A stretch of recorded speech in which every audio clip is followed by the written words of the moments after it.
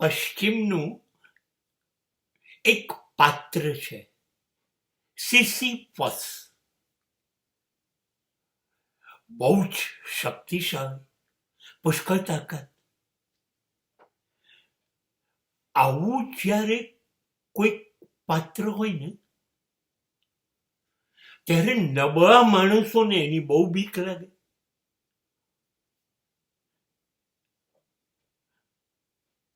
કે આની તાકાત એ છે, આ શિખર પર પહોંચી જશે, શ્રેષ્ઠ બની જશે. આ બીક નબળા માણસોને લાગે જે ભૂલથી શિખર પર પહોંચી ગયા, એમને બીક લાગે. પુરાણોમાં એવી વાર્તા છે, સૌથી ડરપોક જો કોઈ હોય તો એ દેવતાઓ.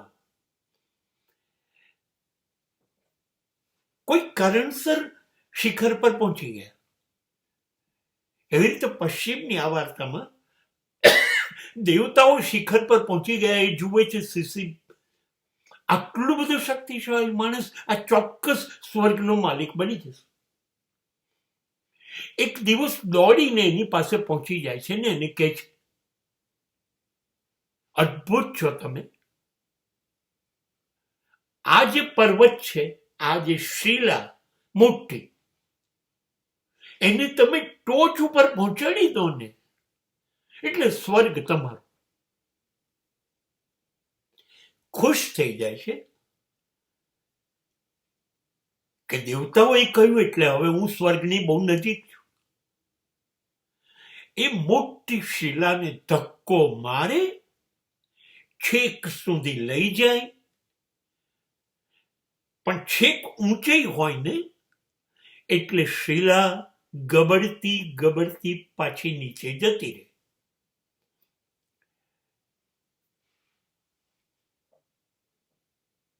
આ એક વખત આવું બન્યું, કે કાયમ આવું થોડું બનશે.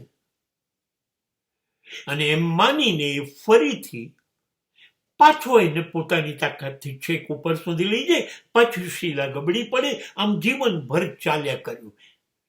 તમને નથી લાગતું આપણે બધા સિસિફસ છીએ? આપણે મહેનત કર્યા જ કરીએ છીએ શિખર પર પહોંચી જવા, પહોંચાતું જ નથી. મહેનત નિષ્ફળ જાય છે, પણ નિરાશ થયા વગર કર્યા જ કરીએ છીએ.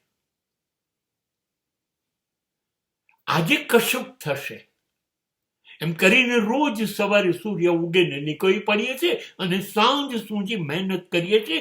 રાત્રે પાછા આવીએ છીએ, પથારીમાં બેસીએ છીએ, તપાસીએ છીએ તો ખબર પડે છે આજે બી કશું જ ના થયું. કોઈ અફસોસ કર્યા વગર પાછા બીજે દિવસે એનું એ જ કામ. સવારે ઉઠો, સાંજ સુધી મહેનત કરો, શિખર પર પહોંચી જવું જ છે. સાંજે ખબર પડે નથી પહોંચાતું. આવું જિંદગી ભર બને છે કે નથી બનતું. ખબર પડે છે આ જિંદગીનો કોઈ અર્થ નથી, કોઈ અર્થ નથી. આ મહેનત કોઈ કામની નથી આવતી.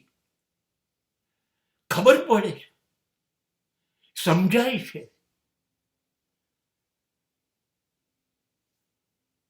પણ નીકળી શકાય છે આમાંથી? રોજ સવારે આશાનો સૂર્યોદય, રોજ સાંજે સૂર્યાસ્ત નિરાશા લઈને આવે. રોજ. અને મરતે દમ તક આપણે સિસિફસ બનીને જીવ્યા કરીએ છીએ કે નહીં? ખબર છે, ખબર છે આ જિંદગી કંઈ ઉકાળી શકી નથી, ઉકાળી શકવાની નથી. આ જે કરીએ છીએ એનો કોઈ અર્થ નથી. તો પણ સિસિફસ બની ને જીવ્યા કરીએ કે નહીં?